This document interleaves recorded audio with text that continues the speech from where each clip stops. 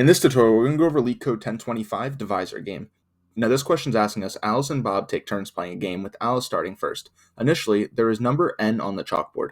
On each player's turn, that player makes a move consisting of either choosing any x with 0 less than x less than n and n mod x equals 0. Replacing the number n on the chalkboard with n minus x.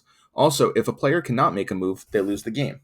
Return true if and only if Alice wins the game, assuming both players play optimally. Now we can see here it's saying input n equals 2, output true. In this case, if n equals 3, output false. Now, there might be a trend you're seeing here, considering they have to go sequentially, and all we have to do for this question is actually quite surprising.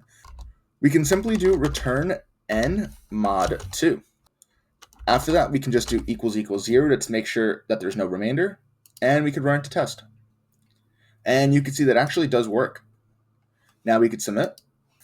And we can see this answer beats 100% of answers in terms of runtime and 81% in terms of memory. Now that's you can do LeetCode 1025 Divisor Game, a very basic question that I think really gets you thinking. It does seem quite complex when you're just reading it, but once you really read through and start seeing the trend, it becomes a lot more intuitive and easier to understand. Now that'll be all for this video. Feel free to leave any questions or comments down below, and I hope that helps.